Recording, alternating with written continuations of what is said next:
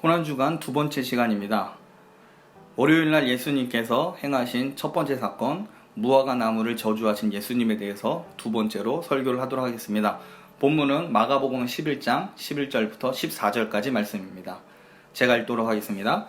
예수께서 예루살렘에 이르러 성전에 들어가사 모든 것을 둘러보시고 때가 이미 저물매 12제자를 데리시고 베다니에 나가시니라. 이튿날 그들이 베다니에서 나왔을 때 예수께서 시장하신지라 멀리서 잎사귀 있는 한 무화과 나무를 보시고 혹 그 나무에 무엇이 있을까 하여 가셨더니 가서 보신즉 잎사귀 위에 아무것도 없더라. 이는 무화과의 때가 아님이라. 예수께서 나무에게 말씀하여 이르시되 이제부터 영원토록 사람이 내게서 열매를 따먹지 못하리라 하시니 제자들이 이를 듣더라. 예수님께서 예루살렘에 입성하신 후 잠시 성전을 살펴보신 후에 베다니로 돌아가십니다. 그리고 그 다음날 예수님께서는 다시 일어나서 예루살렘에 올라가실 때 한 무화과 나무를 보십니다. 그리고 그 무화과 나무에 가까이 가서 열매가 있는지 보려고 했는데 열매가 없는 겁니다. 잎만 무성한 무화과 나무를 보시고 예수님은 진노하셨고 저주를 행하십니다. 예수님께서 예루살렘에 입성하신 후에 첫 번째 사건이 바로 무화과 나무를 저주하신 사건입니다. 이 내용에 대해서 좀 더 우리가 말씀을 살펴보고자 합니다. 자, 무화과 나무 저주 사건은 비유가 아님에도 예수님의 의도를 파악하고 해석을 해야 합니다. 왜 예수님께서는 무화과 나무를 저주하셨을까요? 자, 예수님께서 분명 무화과 열매가 맺지 않는 때임을 아셨음에도 불구하고 무슨 이유로 열매를 구하시는 것일까요? 자, 이 두 질문에 대해서 이전 시간에 다루었습니다. 예수님께서는 무화과 나무를 저주한 까닭은 타락하고 부도덕한 이 이스라엘을 향해서 심판이 있을 것이라고 하는 그것을 알리려고 하는 예표적인 표현입니다. 행위입니다. 자, 특히 잎만 무성한 무화과 나무의 상태는 예루살렘 성전의 이 외식적인 상태와 관련이 있습니다. 또한 유월절 시기에 무화과 나무 열매를 구하심도 어찌 보면 이해가 되지 않습니다. 그런데 이 무화과 나무는 5월과 6월 그리고 8월과 10월에 익은 열매를 맺지만 분명 3월과 4월 중에도 예수님께서 열매를 구하는 시기입니다. 즉 익지는 않았지만 따먹을 수 있는 그 무화과 열매가 맺는 시기라는 겁니다. 3, 4월에 맺힌 이 익지 않은 무화과 열매는 가난한 자와 예루살렘에 순례하는 자들을 위한 것이었습니다. 예수님께서 저주하신 무화과 나무는 잎만 무성할 뿐 약한 자들에게 내어주어야 할 열매조차 없었습니다. 이는 예루살렘 성전에서 있던 가난한 자들, 특히 과부의 가산을 삼키는 이 성전의 악행에 대한 예수님의 분노가 연결되어 있습니다. 자, 마가복음 12장 40절부터 42절까지 보도록 하겠습니다. 마가복음 12장 40절부터 42절에 이렇게 기록되어 있습니다. 그들은 과부의 가산을 삼키며 외식으로 길게 기도하는 자니 그 받는 판결이 더욱 중하리라 하시니라. 예수께서 헌금함을 대하여 앉으사 무리가 어떻게 헌금함에 돈 넣는 것을 보실새 여러 부자는 많이 넣는데 한 가난한 과부는 와서 두 렙돈 곧 한 고드란트를 넣는지라.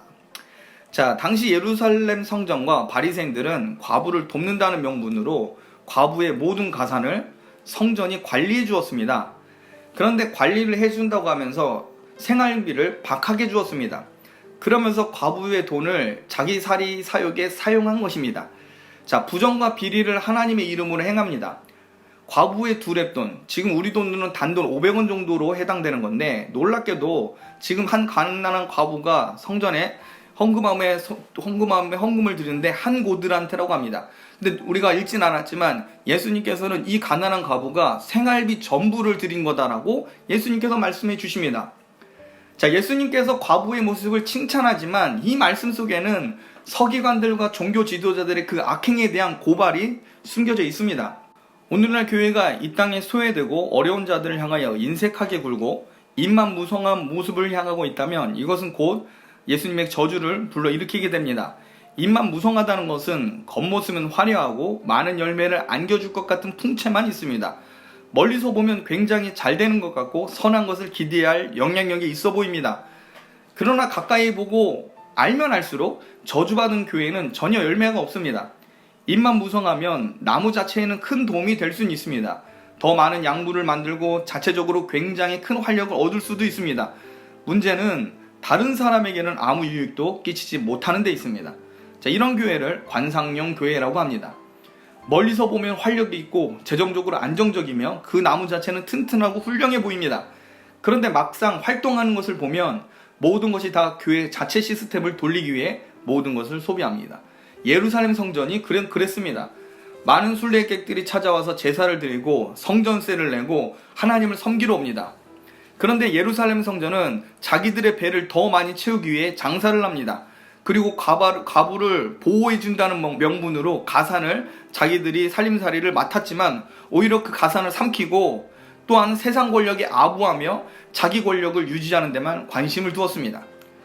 오늘날 교회가 교회 자체를 운영하기 위해 모든 것을 소진하고 있다면 이것은 비극입니다. 전에 한국교회가 교회 예배당을 크게 지으면 교회가 성장할 수 있다는 말이 회자되었습니다. 그래서 교회 건물을 크게 지으면서 상당한 부채를 졌습니다. 우리나라 대형 교회 중 빛이 없는 교회는 없을 정도입니다. 대부분의 헌금은 교회 이자를 갚는데 애를 씁니다. 지금은 한국교회가 그나마 재정적으로 안정적일 수 있지만 전문가들은 대형 교회일수록 큰 예배당 건물을 유지하는데 너무 많은 돈이 들어서 미래에 큰 어려움을 겪을 것이라고 예측합니다. 한국교회가 은행 좋은 일만 하고 있습니다.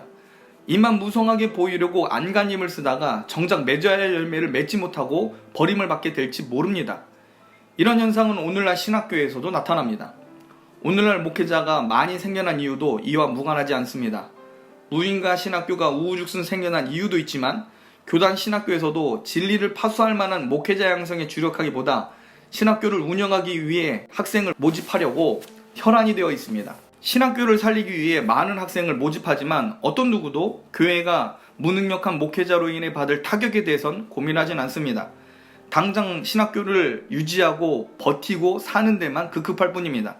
하나님 말씀을 받아 말할 목회자의 자격에 대해서 전혀 생각하지 않습니다. 입만 무성하지 결코 하나님 나라의 유익이 되지 않는 모습을 우리는 교회와 신학교에서 발견되게 됩니다. 말씀을 마치겠습니다. 오늘 본문은 입만 무성한 상태가 얼마나 하나님의 말씀과 멀어진 상태인지 보게 됩니다. 고아한 과부의 소리에 귀를 기울이는 하나님을 정면으로 대적하는 일이 예루살렘 성전에서 일어나고 있었습니다. 여러 헌금을 걷어내면서 결국은 교회를 유지하는 데 급급한 오늘날 한국교회의 모습도 이와 무관하지 않는다고 봅니다. 교회는 철저하게 복음으로 유지돼야 합니다. 교회의 최고 중요한 역할은 참된 복음을 담지하는 겁니다. 복음을 전파하는 것이 최고의 우선사역이라고 주장하는 분들이 있는데 그 전에 고려해야 할 것은 지금 교회에 전파하는 복음이 순전한 복음이냐 아니냐를 살필 수 있는 능력이 필요합니다. 구호가 중요한 게 아니라 전하는 내용이 중요하다는 말입니다. 교회를 위한 열정이 중요한 게 아니라 교회를 말씀의 진리로 살려내는 게 더 중요합니다. 바리새인들도 자기 같은 사람을 만들기 위해 열심을 다해 돌아다닙니다. 마태복음 23장 15절에 이렇게 기록되어 있습니다.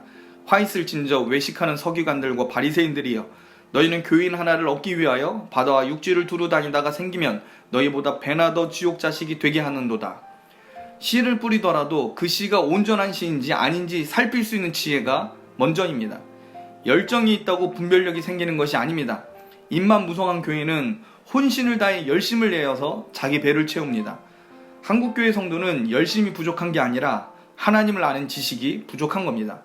그러므로 여러분은 복음으로 교회를 유지하며 복음으로 헌신자들을 길러내고 연약한 자들에게 선한 것을 내줄 수 있는 그런 교회가 되도록 말씀과 기도로 나아가시길 바랍니다.